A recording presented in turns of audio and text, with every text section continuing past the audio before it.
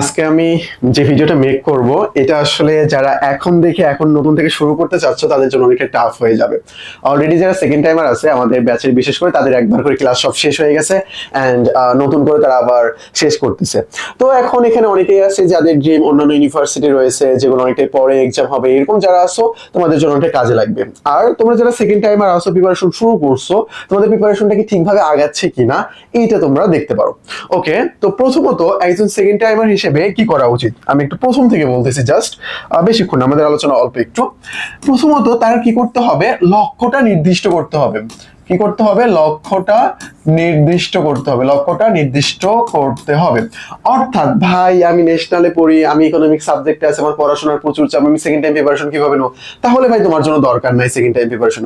ভাই আমি তো প্রাইভেট ইউনিভার্সিটিতে হতেও ভাবছি, তো সেকেন্ড টাইম দিতে চাচ্ছি, কেমন হয়? তাহলেও ভাই তোমার দেওয়ার দরকার নাই। তোমার বাপের যদি অঢেল টাকা পয়সা থাকে তাহলে ভাই তুমি প্রাইভেট ইউনিভার্সিটিতে ভর্তি হও। আমার নিজের বাপের টাকা থাকলে আমি প্রাইভেটে ভর্তি হয়ে যাইতাম, বুঝছো? আচ্ছা যাই হোক, তো লক্ষ্যটা নির্দিষ্ট করা, তুমি এইটাও করবা ওইটাও করবা, এটা আসলে হবে না। একটা নৌকাতে থাকতে হবে, দুই নৌকার মাঝি হওয়া যাবে না। তাহলে কি হয়ে যাবে, দুই নৌকাতে পা দিতে গেলে তুমি মাঝখানে কিন্তু পড়ে যাবে, দুই নৌকা দুই দিকে চলে যাবে, অর্থাৎ আমও যাবে সালাও যাবে তোমার। তাহলে লক্ষ্যটা নির্দিষ্ট রাখতে হবে যে না, আমার সেকেন্ড টাইম অ্যাডমিশন দিতে হবে, সেকেন্ড টাইম অ্যাডমিশন দিয়ে আমার একটা ইউনিভার্সিটি ক্র্যাক করতে হবে, দেন বাকি সব চিন্তা ভাবনা। সো এই চিন্তা ভাবনা তুমি মাথায় নিয়ে বাকি সব কিছু ফেলে জাস্ট সেকেন্ড টাইমের জন্য তুমি প্রিপারেশন নেওয়া শুরু করো। সেকেন্ড টাইমের জন্য তুমি কি করো, প্রিপারেশন নেওয়া শুরু করে দাও।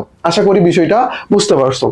তারপরে তুমি কি করো, মেন্টর। ভাই সেকেন্ড টাইমার এরা জানে যে মেন্টরের গুরুত্ব আসলে কতটা অপরিসীম, কারণ প্রথমের দিকে তারা প্রপার গাইডলাইন না পাওয়ার কারণে কিন্তু চান্স মিস করে। প্রপার গাইডলাইনটা যে কত বড় গুরুত্বপূর্ণ এটা একজন সেকেন্ড টাইমারই জানে। সো তুমি কি করবা, মেন্টর বা কোচিং। তো সেকেন্ড টাইমার হিসেবে মানবিক ও বিভাগ পরিবর্তনের প্রিপারেশন হিসেবে তুমি অনলাইনে কোচিং করলে এনাফ। তুমি কি করবা, নির্দিষ্ট মেন্টর সিলেক্ট করবা যে কোন কোচিং এ তুমি যেতে পারো, তাদের কাছ থেকে তুমি কি করবা, দিনরাত 24 ঘন্টা একটা সেবা পাওয়ার, যেটা অর্থাৎ তোমার তার মানে এই না যে তুমি এখনই কোশ্চেন করলাম এটা তোমাকে এখনই সলভ করে দেয়, এমন না, মেন্টরের অন্য কাজও থাকতে পারে। সো মেন্টর ক্লাসও নিতে পারে সেই সময়। তোমার কাজটা কি হবে, লক্ষ্য রাখতে হবে এই মেন্টরদের থেকে আমি যেন আমার প্রপার গাইডলাইনটা পাই, আমার কোশ্চেন প্রবলেম হয়েছে আমি যেন তাদের থেকে সলভ করে নিতে পারি, এরকম একটা টার্গেট। অর্থাৎ তোমার কি করতে হবে, প্রপার গাইডলাইন পাওয়ার জন্য। ভাই পড়াশোনা কি তুমি ফার্স্ট টাইমে করো নাই? অবশ্যই করছো, বাট প্রপার ওয়েতে করতে পারো না দেখে তো তুমি চান্স পাও নাই, তাই না? তুমি অনেকটাই ফোনের প্রতি অ্যাডিক্টেড ছিলা, তুমি টপিক ওয়াইজ পড়ো নাই ভালোভাবে, গ্রামেটিক্যাল আইটেমস রুলস অনুযায়ী পড়ছো, ভোকাবুলারি বেস পড়াশোনা করো নাই, জিকে টপিকস ভিত্তিক পড়াশোনা করো নাই, তাহলে তুমি তো ফেল করবা ভাই, তাহলে তুমি তো চান্স পাবা না। সো তোমার কি করতে হবে, তোমার টপিক ওয়াইজ পড়তে হবে, কোন ইউনিভার্সিটির জন্য কি কি প্রয়োজন, কোন ইউনিভার্সিটির কোন সিলেবাসে পরীক্ষা নিচ্ছে, তারপরে তোমার মেন্টররা তোমাকে কিভাবে রকম হেল্প করতেছে, এইরকম যে ব্যাপারটা এইটা দেখে নেবা। মেন্টরিং সুযোগ সুবিধাটা অনেক বেশি গুরুত্বপূর্ণ, অনেক বেশি গুরুত্বপূর্ণ। তারপর তাদের অবশ্যই ক্লাস কোয়ালিটি গুলো দেখবা, বিশেষ করে ইংলিশ ক্লাসটা, এটা কিন্তু মোস্ট ইম্পর্টেন্ট একটা ব্যাপার, ইংলিশটা ভালোভাবে দেখবা। ওকে, তারপরে যেটা সেটা হলো এক্সাম।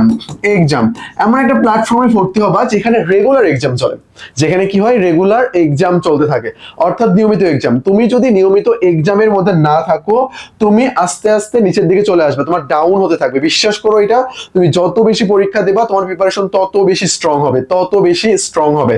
তো যত বেশি পরীক্ষা তত প্রিপারেশন স্ট্রং। তাহলে বেশি বেশি তোমাকে কি করতে হবে, পরীক্ষা দিতে হবে, বেশি বেশি তোমাকে পরীক্ষা দিতে হবে, এক্সামের যে ব্যাপারটা এটা। এখন কথা হইলো মেইন কনসেপ্টটা, তোমার সেই সময় কোন কোন বিষয় ঘাটতি আছে। আমাদের চ্যানেলে ভিডিও আছে, আমাদের চ্যানেলে ভিডিও আছে কিসের উপর, টপিক ওয়াইজ। আমাদের চ্যানেলে ভিডিও আছে টপিকস ওয়াইজ। তো এই যে যে টপিকস গুলো নিয়ে আমরা আলোচনা করছি, এই টপিকস গুলো সুন্দর করে খাতায় লিখে নিবা, লিখে এটা সলভ করা। অথবা আমাদের উপর তোমার যদি বিশ্বাস না হয় তাহলে কি করবা, একটা কোশ্চেন ব্যাংক দিবা। কোশ্চেন ব্যাংক নেওয়ার পর প্রথম তুমি যদি বেশি সময় না পাও 5 থেকে 6 বছর অ্যানালাইসিস করবা, যে 5 থেকে 6 বছর মানে সাম্প্রতিক বিগত 5 থেকে 6 বছরে কি কি ধরনের কোশ্চেন হচ্ছে, কি টাইপ কোশ্চেন করা হচ্ছে, টপিক অ্যানালাইসিস করে প্রত্যেকটা টপিক তুমি খুঁজে খুঁজে বের করবা। খুঁজে খুঁজে বের করার পর তুমি দেখবা যে তোমার কোন টপিক্সের দুর্বলতা আছে, তুমি কোনটা পারতেছো না, এইটা তুমি সলভ করার ট্রাই করবা।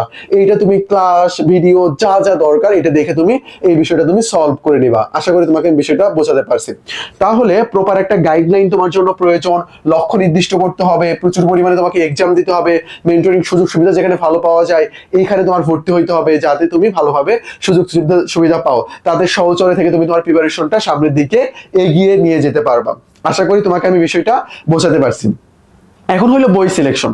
বই তোমার যদি আগে কিনা থাকে তাহলে তো হয়ে গেল, নতুন শুধু জিকের ক্ষেত্রে আপডেট হয়। বেসিক পড়াশোনাটা মেইন বই থেকে করবা, আর আপডেট যে ইনফরমেশন গুলো এগুলো তুমি বিভিন্ন ধরনের ক্যাপসুল, সাম্প্রতিক বিষয়াবলী, তারপরে তোমার কারেন্ট অ্যাফেয়ার্স এগুলো থেকে পড়ে নেবা, তাহলেই হয়ে যাবে, কোনো সমস্যা নেই। আশা করি বিষয়টা বুঝতে পারছো। তাহলে এই বিষয়গুলো তুমি যদি মেইনটেইন করে প্রিপারেশনটা নাও শুরু করতে পারো, তাহলে তোমার প্রিপারেশনটা ইনশাল্লাহ অনেক ভালো হবে, এন্ড তুমি যে কোনো একটা ইউনিভার্সিটিতে চান্স পেয়ে যাবা। সো আমি যেটা বললাম এটা মেনে চলো। আর কোশ্চেন ব্যাংকের কথা এটা আমি বলি, অনেকে এটা পড়তে চাও না ভাই, প্লিজ কোশ্চেন ব্যাংকটা পড়িও। এখান থেকে প্রশ্ন কমন পাওয়ার সম্ভাবনাটা অনেক বেশি। যেমন আমি যদি বলি, তুমি যদি ঢাকা ইউনিভার্সিটিতে পরীক্ষা দিতে চাও তাহলে তোমার কি করতে হবে, Dhaka university question bank BCS question bank must পড়তে হবে। তুমি যদি বিউপিতে পরীক্ষা দিতে চাও তাহলে Dhaka university question bank BCS question bank must তোমাকে ভালোভাবে পড়তে হবে। তারপর তুমি যদি ছবিতে পরীক্ষা দিতে চাও, ছবি question bank BCS question bank plus রাবি কোশ্চেন ব্যাংক পড়তে হবে। তো কোশ্চেন ব্যাংকটা অনেক বেশি গুরুত্বপূর্ণ ভাই, কোশ্চেন ব্যাংক তোমাকে পড়তে হবে ভালোভাবে।